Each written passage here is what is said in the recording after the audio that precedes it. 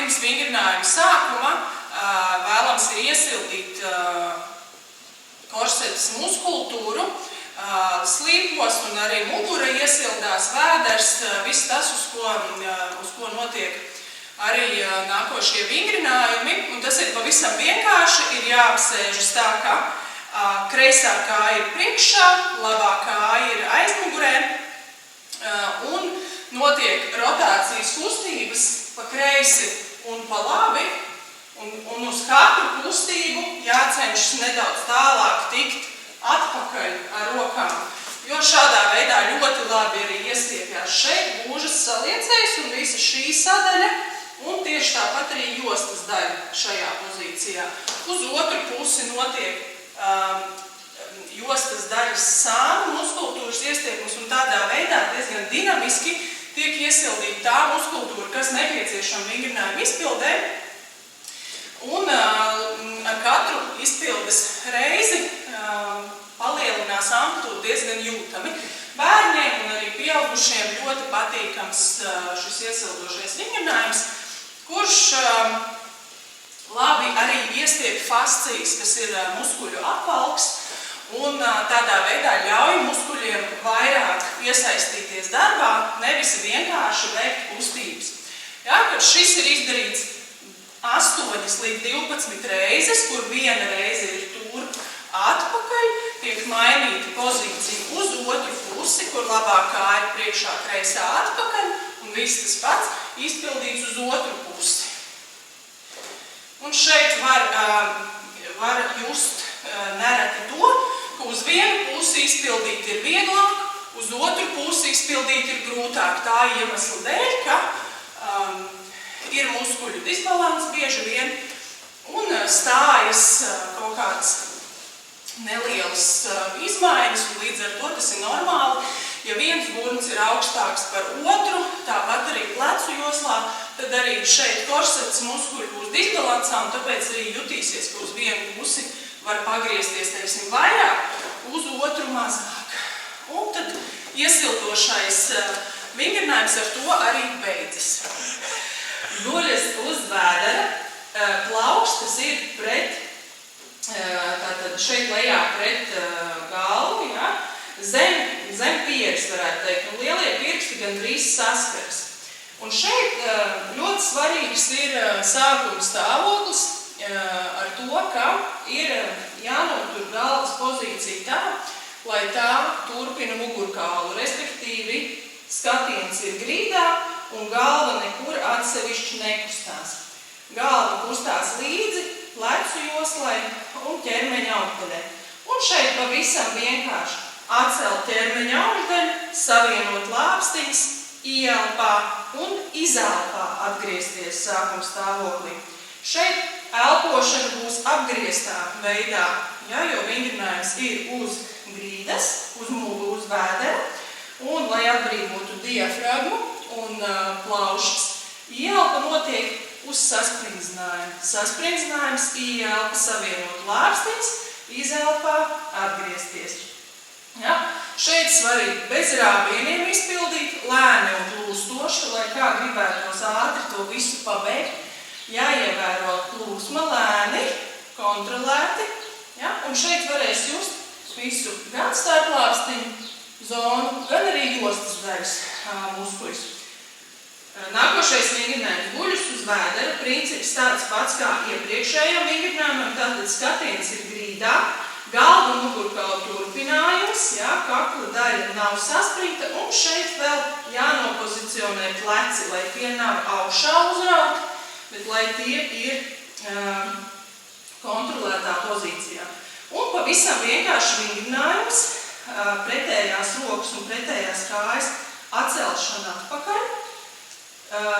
Un šeit atkal ir viena nianse. Pildot pārmaiņas, ja, var šo vingrinājumu pildīt plaukstu novietojums. Plaukstu novietojums ir tāds, lai lielais pirksts īšķis ir vērsts uz augšu pret griestiem.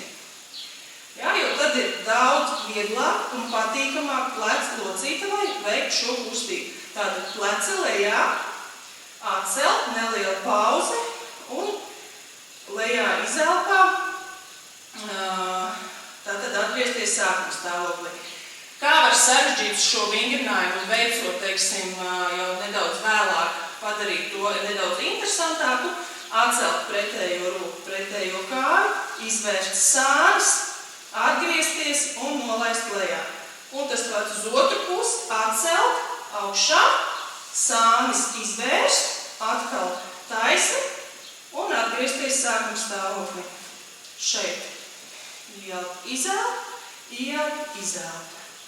Ielpa, izelpa, ielpa, izelpa. Nākošais vingrinājums vairāk būs paredzēts starplākstiņu zonas stiprināšanai, aktivizēšanai. Tātad skatiens ir grīdā, galva nedaudz atcelta no grīdas. Nepieciešamības gadījumā var zem pieres palikt kaut kāda neliela paaugstinājuma, tad būs pavisam atslogota kakla daļa. Šeit rokas ir sānis, plecu līmenī, īkšķis vērsts uz augšu, var arī dūris savilkt kopā. Un šeit būs roku atcelšana atpakaļ, ja, pret griestiem, it kā ar īkšķi bakstot griestus vai mākoņus, un lejā. Atkal savienot lāpstiņas un lejā. Savienojot lāpstiņas, neliela pauze šajā momentā un tad lejā. Atkal ir jākontrolē pleci, lai tie tā instinktīvi neraujas uz augšu. Ja? Tātad kontrolēt šo te plecu pozīciju, lai tā ir fiksēta. Ja? Lai pleci nedzīvo savu dzīvi, bet viss ķermenis tiek kontrolēts. Var veikt visus vingrinājumus, reižu skaitu pielāgojot sevi individuāli, bet tās būs vismaz 12 līdz 16 reizes atsevišķi vingrinājumi, kas pildām uz abām pusēm, tad reizinās ar 2. Nākošais vingrinājums ir jostas daļas muskultūras stiprināšanai. Un tas veicams vēlams ir uz tāda kaklā vai uz tādas virsmas, kas nedaudz slīd. Tā var būt grīda, protams, bet uz plikas zemes diez vai sanāks. Tātad rokas ir atkal, plaukštas ir zem pieres, pieri var droši novietot uz plaukstām, pilnībā atbrīvojot ķermeņa augdaļu, un kustība ir sekojoša. Jāsaliec kāju, gūžas un ceļu locītavā, un it kā jātuvina tās pašas puses elponim. Ja? Nav jāsaskarās, tikai jātuvina, un tas izskatās šādi. Šeit būs kustība sānis, tātad gurni paliek pie grīdas, ja?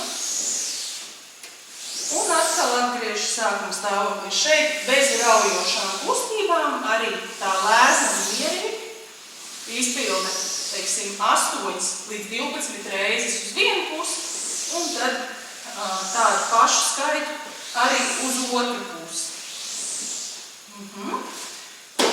Nākošais vingrinājums ir slīpajiem sānu muskultūrai, vēderu muskultūrai vairāk, bet viss piedalās visa korseta un arī plecu josla statiskā pozīcijā. Un šeit sākuma stāvokļi ir dažādi.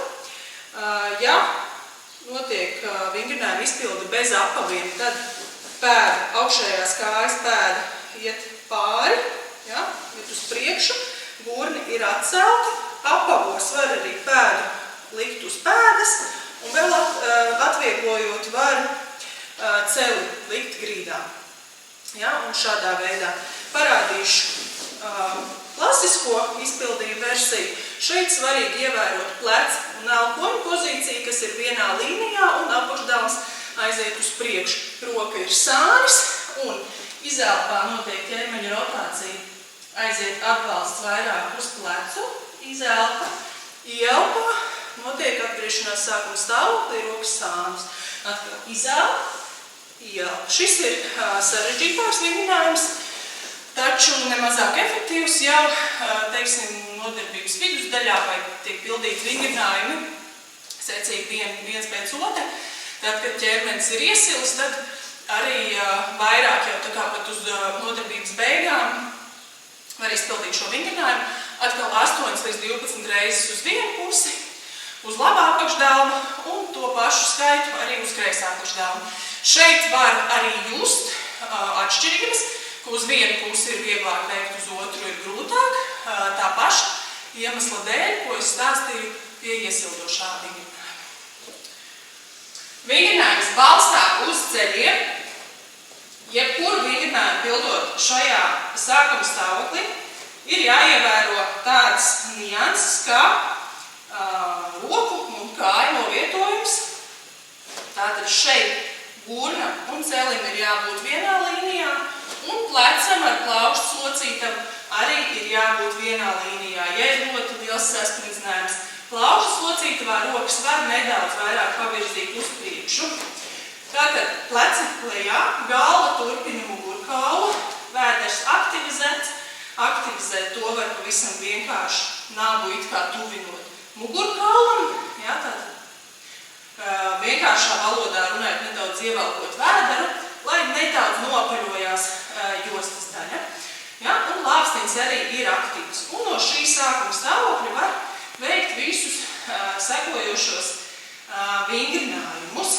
Kā pirmais šeit būs līdzīgi kā uz vēdera, pretējās rokas un pretējās kājas atcelšana. Šeit būs izelpa uz sasprindzinājumu. Ja? Tātad izelpā atceļ notur pozīciju un ielpā atgriež sākuma stāvoklī. Šeit svarīgi nepārvelties no labās uz kreiso pusi. Ja? Stabili turēties, lai nav svara pārnese. Ja? Lai nav tā, ka viss ķermenis var aiziet uz vienu pusi. Šeit svarīgi tātad ir darbs vēdera muskultūrai, ļoti ievērojama arī plecu muskultūra, kas notur pozīciju. Un tādā veidā var izpildīt, piemēram, 18 reizes nesteidzoties.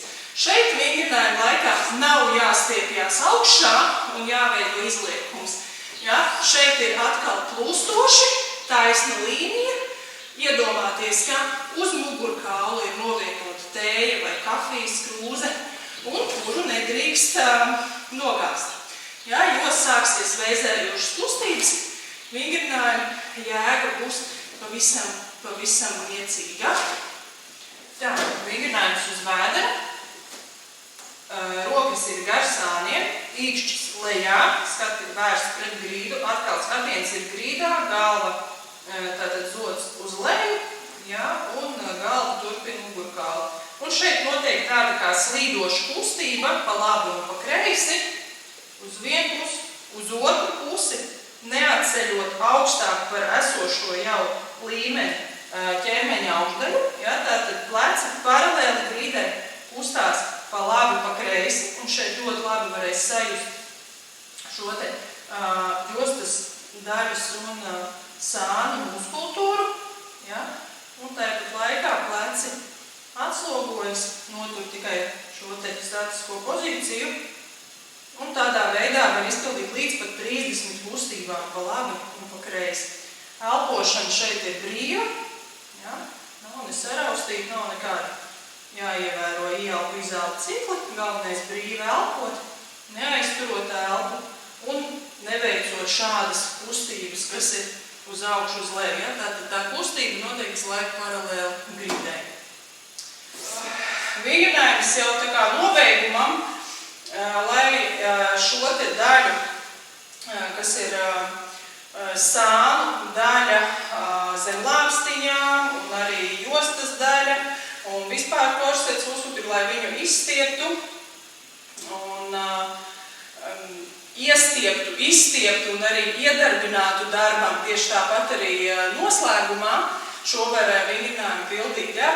Tātad stājā uz labā vai kreisā ceļā. Ja? Pretējā roka, šajā gadījumā kreisais celis ir priekšā, labā roka būs tā, kas izpilda kustību.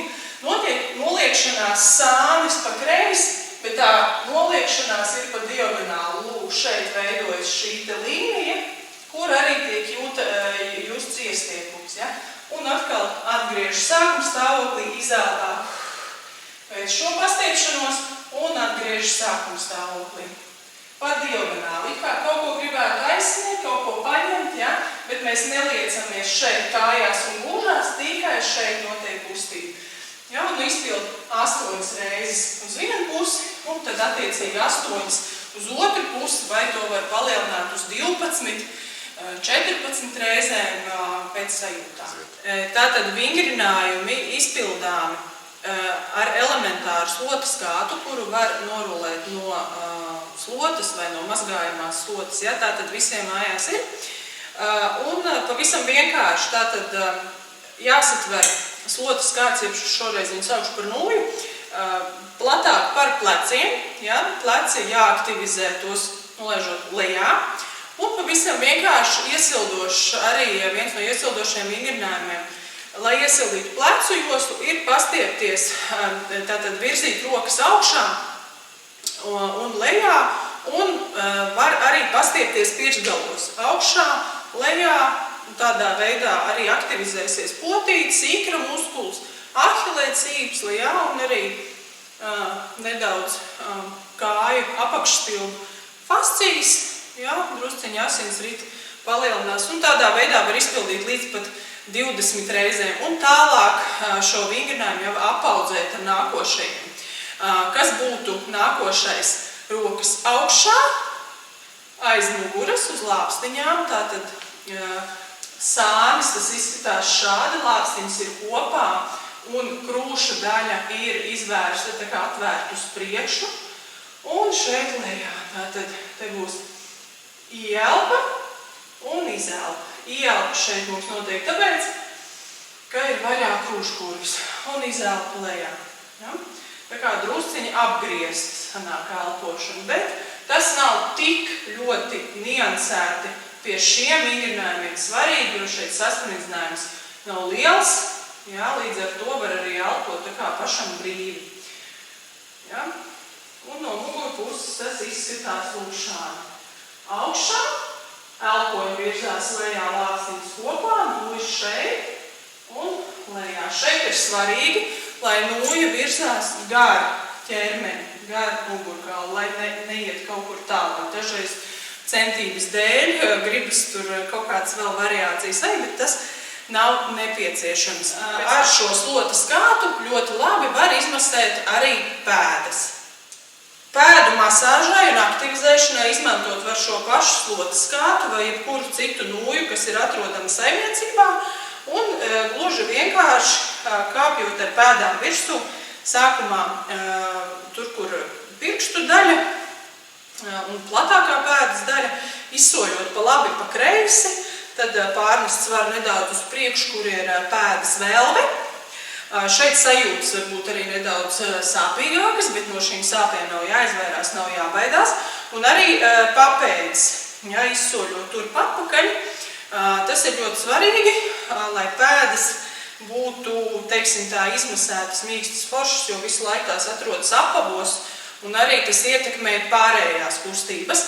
Un izmantojot to, ka šī te nūja vai slotas kāds ir apaļš, ja, uz tā var ļoti labi izrulēt pēdas arī pirms vai pēc slodzes, veicot gan šos vingrinājumus, kas ir tiešām vingrinājumi, ja, gan arī pēc treniņiem, pēc lielas slodzes, ja, tad, kad ir liels slodzes kājām, ilgas stundas pavadītas trenējoties, vai slidās, vai sporta apavos, šādi rulējot pēdu, dažādos virzienos, tātad nevis virzienos, dažādos leņķos, ļoti labi izmasējas pēdas sīkie muskuļi. Tālāk sekos vingrinājumi pēdām, pēdu muskultūrai, pēdu pirkstiem, kas ļoti labi strādā profilaktiski gan pie plakanās pēdas, gan arī vispār pēdas mobilitātei. Tātad pirmais vingrinājums ir pavisam vienkārši piecelšanās pirkstgalos, ja? Un šeit ir divi varianti pacelšanās pirkstgalos, kad papēdis, ja, nemaina īpaši savu pozīciju, bet otrs variants ir pacelties pirkstgalos un ļaut tā kā papēdim un potītei, ja, pēdas locīte vai nedaudz izvirzīties uz āru. Ja? Tātad izpildīt var 8 līdz 10 reizes pirmajā variantā, un pēc tam arī šajā variantā, kur potīte nedaudz izvirzās uz āru.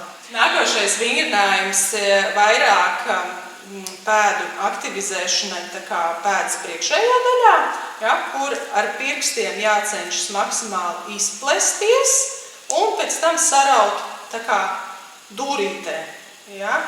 Rekur pirksti maksimāli vaļā un tad kopā un šajā momentā atceļas pēda velve un pārnesās svars uz pēdas ārējo daļu. Ja? Un ļoti labi strādā pleznas muskuļi, kas ir starp pirkstiem. Un šo var izpildīt 12 līdz 16 reizes un pat vairāk. Te būs jūtams arī apakšstilts šajā daļā, kas ir pilnīgi normāli. Ja, jau kustībās piedalās vairāk muskuļi. Ja, un šādā veidā. Ja. Un nākošais vingrinājums pēdām ir saucamais gliemzītes, kur pārvietošanās notiek ar pirkstu palīdzību. Tātad neatraujot pēdas no zemes, notiek pārvietošanās uz priekšu un arī atpakaļ. Tas prasa nedaudz lielāku piepūli un pierašanu pie šī vingrinājuma nav tik vienkārši. Šeit arī ļoti labi pastrādā visa pēdas muskultūra. Un šo var veikt neierobežotā daudzumā, jebkurā brīvā brīdī pa māju vēlams plikām pēdām. Šis vingrinājuma komplekss ir ļoti noderīgs hokejistiem.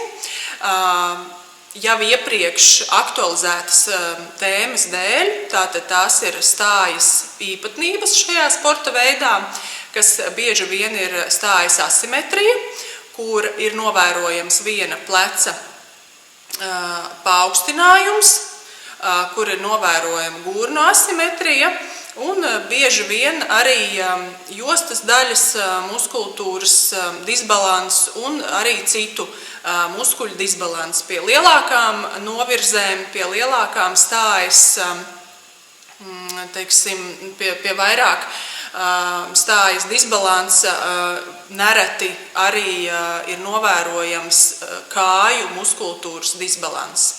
Un, lai šo te muskuļu disbalansu koriģētu, lai padarītu savu ikdienu un sportiskās gaitas mazāk traumatiskas, ir jāpilda šāds minimums no vingrinājumiem muguras un korsetes muskuļiem.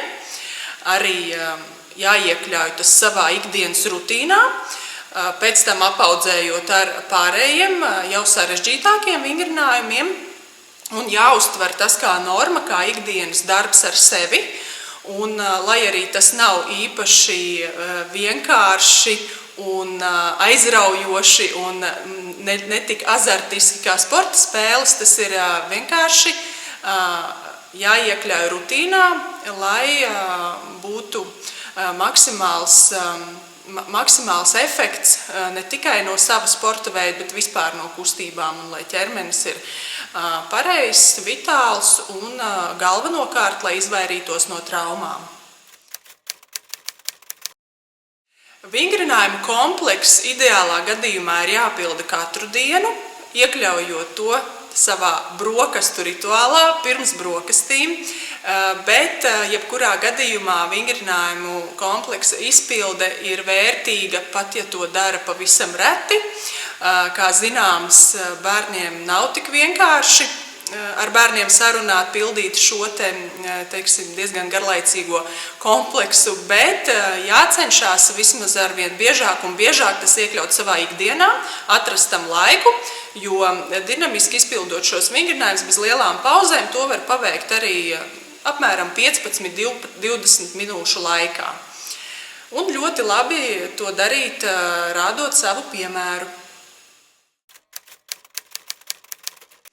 Šie vingrinājumi derēs visiem hokejistiem, neatkarīgi no tā, cik liela ir stājas asimetrija, vai varbūt tā vispār ir minimāla, gan gara auguma, gan mazāka auguma, gan dažāda vecuma sportspēļniekiem derēs šis vingrinājuma komplekss, un ja strādājot individuāli ir iespējams pielāgot uz pusēm, teiksim, ķermeņa labo pusi, izpildīt vairāku reižu skaitu nekā kreiso attiecīgi pret asimetriju, tad šos vingrinājumus var pildīt pilnīgi vienādi uz abām ķermeņa pusēm, neatkarīgi no tā, kāda ir asimetrija, vai tā ir vai tā nav, un neatkarīgi arī no citiem faktoriem. Ja šos vingrinājumus vēlams ir izpildīt visiem ģimenes locekļiem, lai jūsu ģimene un lai jūsu bērni, jūsu sportisti redz piemēru, un ne tikai piemēra dēļ, bet arī savas veselības labā, lai mēs visi kā sabiedrība kļūstam vingrāki, veselīgāki, un arī tas ļoti labi disciplinē, jo mūsdienās pie tik ļoti lielām iespējām darīt lietas vienlaicīgi un vēlmes visur iesaistīties bieži vien neatliek laika pašiem sev. Un gribētos tomēr izveidot no bērnu kājas jau tādu, teiksim, ieradumu un tādas iemaņas kā mīlestība pret sevi, pret savu ķermeni. Un tieši šādā veidā tas arī rodas, ka mēs to uztveram kā normu, kā pilnīgi dabisku dzīvesveida sastāvdaļu, neskatoties uz to, ka ir grūtāki vingrinājumi un vieglāki, vai kādam patīk sporta spēles, vai citam patīk cīņas sporta veids. Jebkāda sevis pieredināšana pie kustībām un arī ietverot dažādos nopietnākos sporta veidos šo te rutinēto vingrošanu, kas vairāk ir, teiksim, varbūt līdzinās fizioterapijai, tas nāk tikai un vienīgi par labu. Paldies, ka skatījāties, paldies, ka piedalījāties, un turpiniet to darīt arī turpmāk.